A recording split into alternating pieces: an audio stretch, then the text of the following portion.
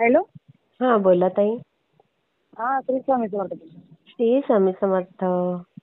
हा. मला अनुभव सांगायचा होता. हा बोला ना ताई. कुठून बोलताय?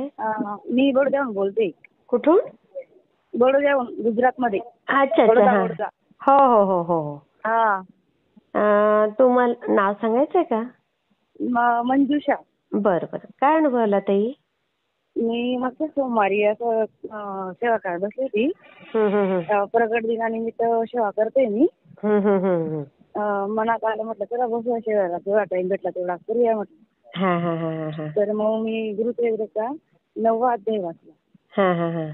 रविवारी बसली मी मागच्या रविवारी. हा हा हा हा. म्हणजे सोमवारी मला 5-5:30 वाजता मी अध्याय वाचला आणि तारक मंत्र म्हटला.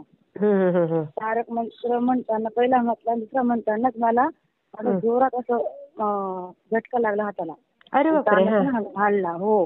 हा हा. इतका जोरात ना त्रास झाला त्या हाताला असं. अरे अरे. हा हो हो. असं करंट कसं लागतं जोरात, हा हा. तसं लागलं मला. बापरे. हा तर मग तेव्हापासून थोडं बाहेरचं हे होतं बुवा. सांगायचं मला बाहेरची पीड आहे बुवा, असं असं येतं. तेव्हापासून मला त्या दिवसापासून थोडासा फरक पडला मला. तर असं कशामुळे झालं शरीर? आता ते दादांना विचारत आहे, मी नाही सांगू शकत आहे काही. असं का? हा.